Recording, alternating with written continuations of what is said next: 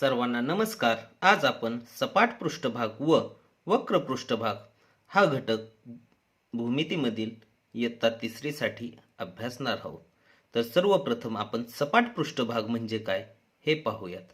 तर सपाट पृष्ठभाग म्हणजे ज्या पृष्ठभाग हा सपाट असतो. सपाट म्हणजे तो घसरतो. घसरतो म्हणजे आपण जर ढकलला तर तो घसरतो. म्हणजे या ठिकाणी जी इष्टिकाची ती दिली आहे याला 6 पृष्ठभाग आहेत आणि हे 6च्या 6 काय होतात, घसरतात आणि हे सपाट आहेत. याचे 6च्या 6 पृष्ठभाग कसे आहेत, तर सपाट आहेत. याला आपण सपाट पृष्ठभाग म्हणतो. तर पहा या ठिकाणी काय सोबतच्या आकृतीतील एक ठोकळा दाखवला आहे, त्याचा प्रत्येक पृष्ठभाग हा सपाट पृष्ठभाग आहे, म्हणजे तो घसरतो.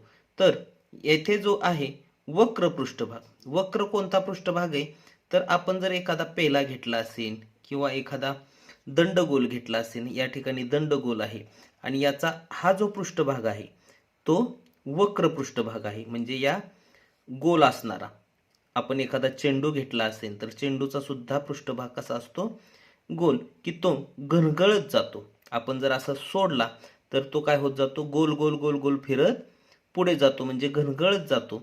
अशा पृष्ठभागाला आपण वक्र पृष्ठभाग असे म्हणतो. आपण एखादा तांब्या घेतला असेल, तांब्या जर ठेवला तर तो हे वरचे सपाट आहेत पृष्ठभाग, परंतु हा पृष्ठभाग जर पाहिला तर हा पृष्ठभाग कसा आहे, वक्र पृष्ठभाग आहे.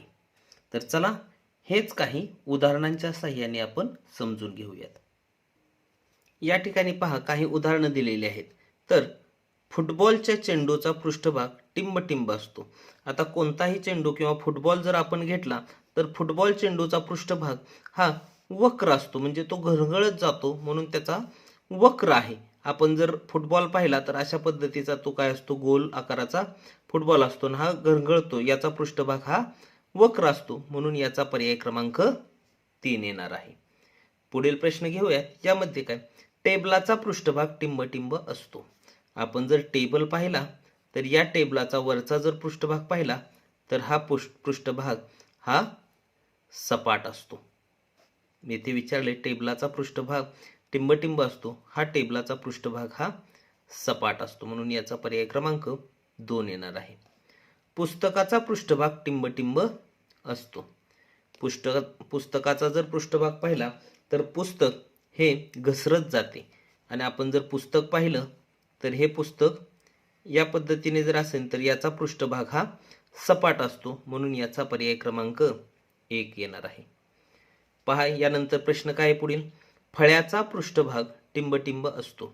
आपण जर फळा घेतला तर फळा केव्हाही असा सरळ असतो आणि याचा पृष्ठभाग हा नेहमी सपाट असतो. फळ्याचा पृष्ठभाग हा सपाट असतो, म्हणून याचा पर्याय क्रमांक येणार आहे 4. पुढील प्रश्न घेऊयात. ग्लासाचा पृष्ठभाग टिंबटिंब असतो. आपण जर ग्लास पाहिला तर ग्लासाचा जर पृष्ठभाग पाहिला तर ग्लास या पद्धतीने असतो आणि याचा पृष्ठभाग जर आपण पाहिला तर हा वक्र असतो, हा वक्र असतो, म्हणून याचा पर्याय क्रमांक 2 येणार आहे. पुढील प्रश्न घेऊयात. पृथ्वीच्या गोलाचा पृष्ठभाग टिंबटिंब असतो.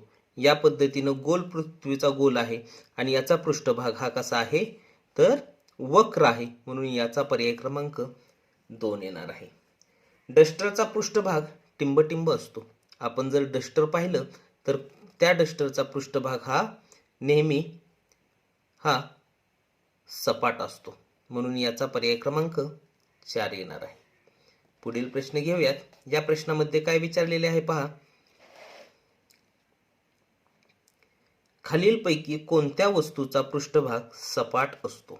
सपाट असतो विचारले. फुटबॉलचा पृष्ठभाग हा वक्र असतो, त्यामुळे हे येणार नाही. पुस्तकाचा पृष्ठभाग सपाट असतो, फळ्याचा पृष्ठभाग सुद्धा सपाट असतो आणि पृथ्वी गोलचा पृष्ठभाग हा वक्र असतो, त्यामुळे हा सुद्धा येणार आहे. ब आणि क हे फक्त 2च काय आहेत, सपाट पृष्ठभाग असणारे आहेत आणि ब आणि क याचा योग्य पर्याय क्रमांक 3 आहे. पुढील प्रश्न घेऊयात. खालीलपैकी किती वस्तूंचा पृष्ठभाग वक्र आहे. ज्या वस्तू दिलेल्या आहेत अ ब क ड मध्ये त्यामध्ये पृष्ठभाग कसा आहे, वक्र आहे विचारलेला आहे. हे व्यवस्थित वाचायचं. तर वहीचा पृष्ठभाग हा सपाट असतो, त्यामुळे हे येणार नाही. मोबाईलचा सुद्धा सपाट असतो. टेबलचा पृष्ठभाग सुद्धा सपाट असतो. मेणबत्तीचा फक्त पृष्ठभाग वक्र असतो, कारण मेणबत्ती अशी या पद्धतीनं गोल असते. याचा पृष्ठभाग वक्र असतो. म्हणून फक्त एकच आकृतीचा पृष्ठभाग काय आहे? वक्र आहे. पुढील 10वा प्रश्न घेऊयात. यात काय विचारले पहा. तर चित्रातील वस्तूचा पृष्ठभाग कसा असतो?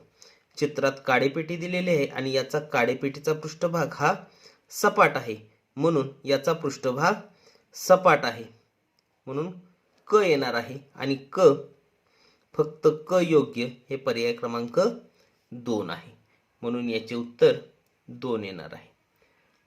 अशा पद्धतीने आपण सपाट पृष्ठभाग व वक्र पृष्ठभाग हे समजून घेऊन त्यावरील काही उदाहरणेही पाहिली आहेत. तुम्हाला जर माझा हा व्हिडिओ आवडला असेल तर नक्कीच लाईक करा, शेअर करा व चॅनलला जर नवीन असाल तर चॅनल सबस्क्राईब करायला विसरू नका. धन्यवाद.